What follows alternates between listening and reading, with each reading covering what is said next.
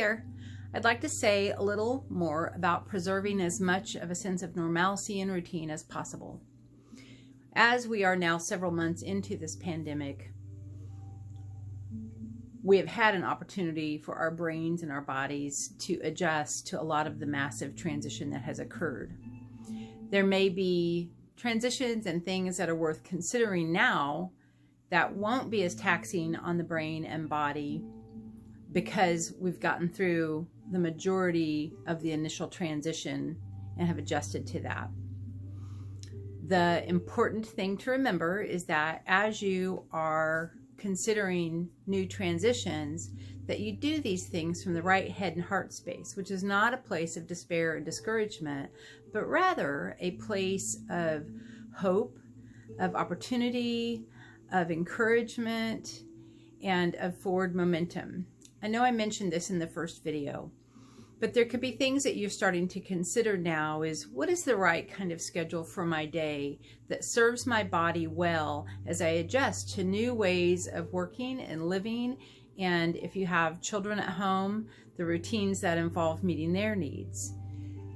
So wrapping your head around those kinds of transitions from that place of opportunity and considering what serves you well rather than from a place of a discouragement and despair may end up in the exact same transition. But when you do it from the right head heart space, it energizes you rather than drains you. And yes, there is still some taxation on the brain and body in adjusting to that transition, but much less so, and you recover faster and move through that transition with greater speed and ease when it's from the right head heart space.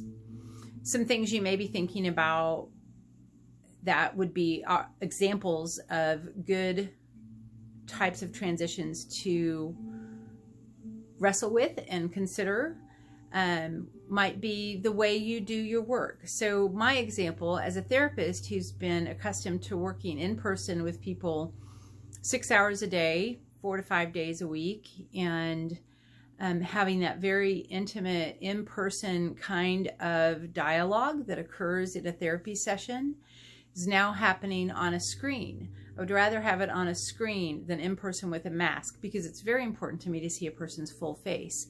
But therapy on a video platform is much more taxing than therapy in person. I would not have guessed that, but that has been the case. I won't go into all the details in terms of why that is the case.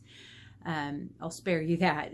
However, it has caused me to think, okay, what are some other ways that I can live into my passion and purpose in my profession that take advantage of the current circumstances in our life, or not so much take advantage, but are in response to the current circumstances of our lives as we go through protecting ourselves in a pandemic.